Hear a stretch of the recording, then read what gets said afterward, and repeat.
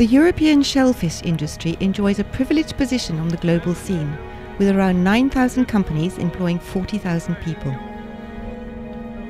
These enterprises consist mainly of small family farms. 80% of shellfish companies are micro-enterprises and are of significant social importance for some regions. The European shellfish industry focuses on a limited number of species, which include oysters, mussels, cockles, scallops and clams. Aquaculture is one of the fastest growing food producing sectors in the world. The production of shellfish partly relies on hatchery seeds, rock oysters in particular, which generates mass transport of animals between farms all over Europe.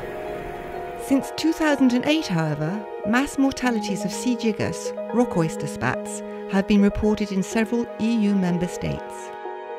These are attributed to the appearance of the OSHV1 virus, combined with adverse environmental factors.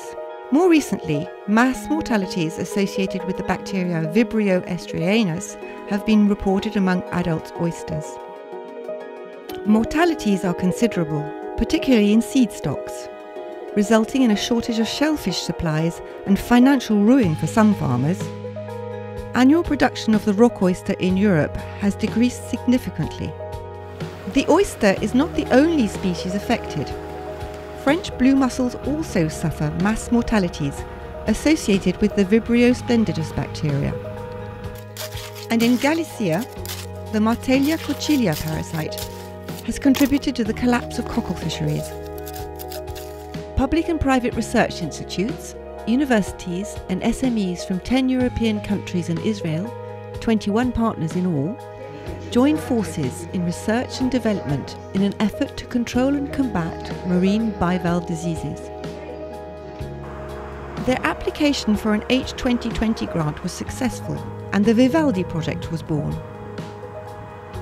Beginning in 2016, with a budget of €5 million, this 4-year research project set out 3 main objectives: disease outbreak limitation, improvements in animal immunity, best practice in shellfish farming. To this end, several geographical areas were identified for specific monitoring. These areas are representative of the diversity in European shellfish production.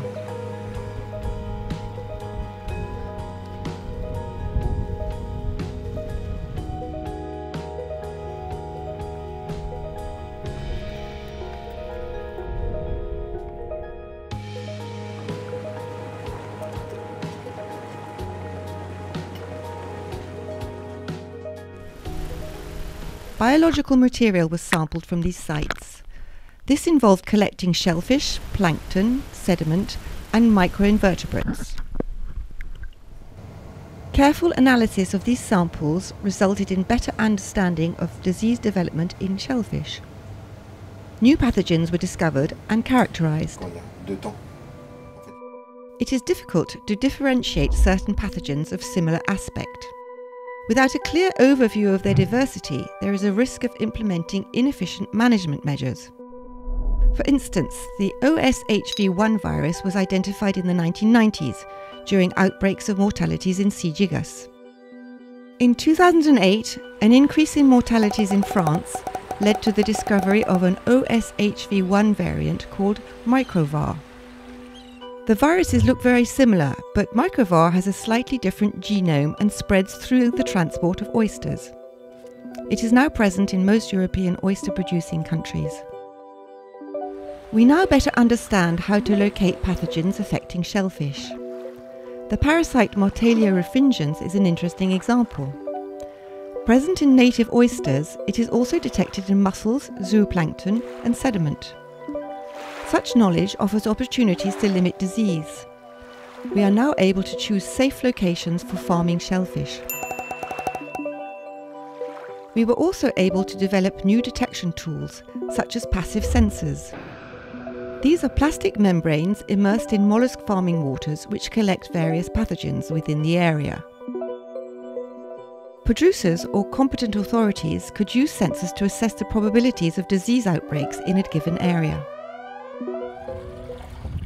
Environmental factors such as temperature, salinity, pH and organic matter are monitored to evaluate their impact on mortality outbreaks.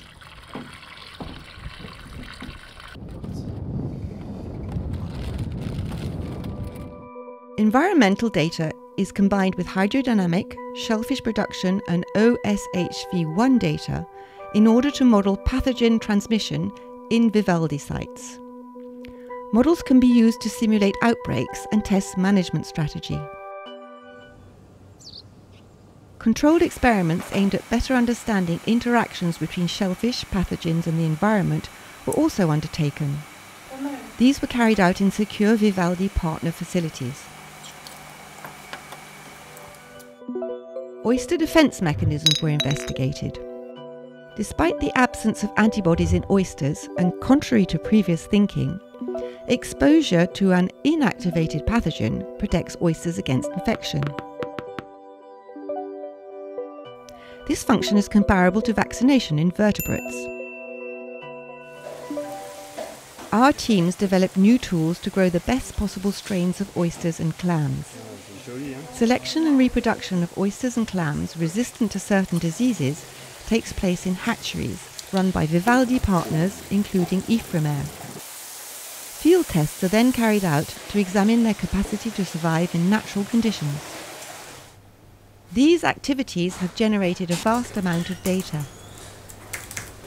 This data can be used to identify genes and proteins which play a central role in protection against disease. Vivaldi also focused on oyster and mussel microbiota. This can play an active role in interactions between shellfish, pathogens and the environment. The microbiota is composed of microorganisms hosted by the bivalve. Characterizing the microorganism community improves health status assessment.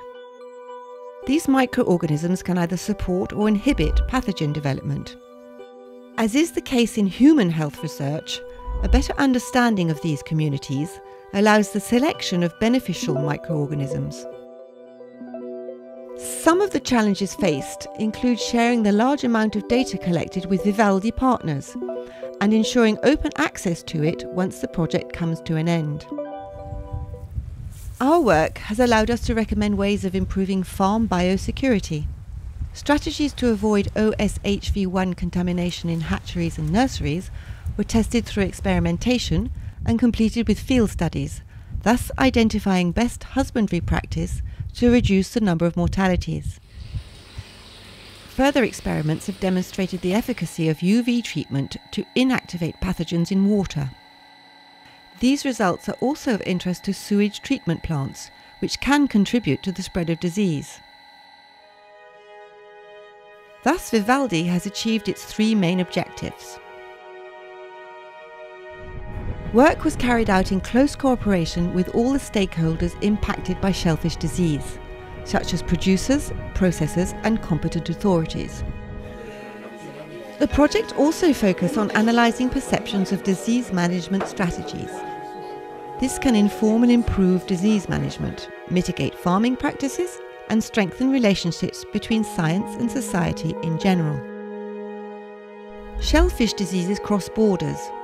Therefore, an international network was created to link experts from the main shellfish-producing countries beyond Europe, in Asia, America, Oceania and Africa. These experts are mainly researchers, but the shellfish industry and institutional decision-makers are also represented. Together they form a consortium with international expertise in disease control, which contributes to the advancement of new opportunities for cooperation overseas. After 4 years of intensive research, sampling, analysis, experimentation, knowledge exchange, arguments, questions and doubts, the Vivaldi Consortium has achieved many of its initial objectives. Many questions remain unanswered, and new perspectives have emerged over the course of the project.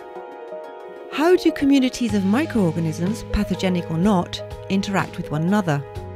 What is the impact of climate change on shellfish disease?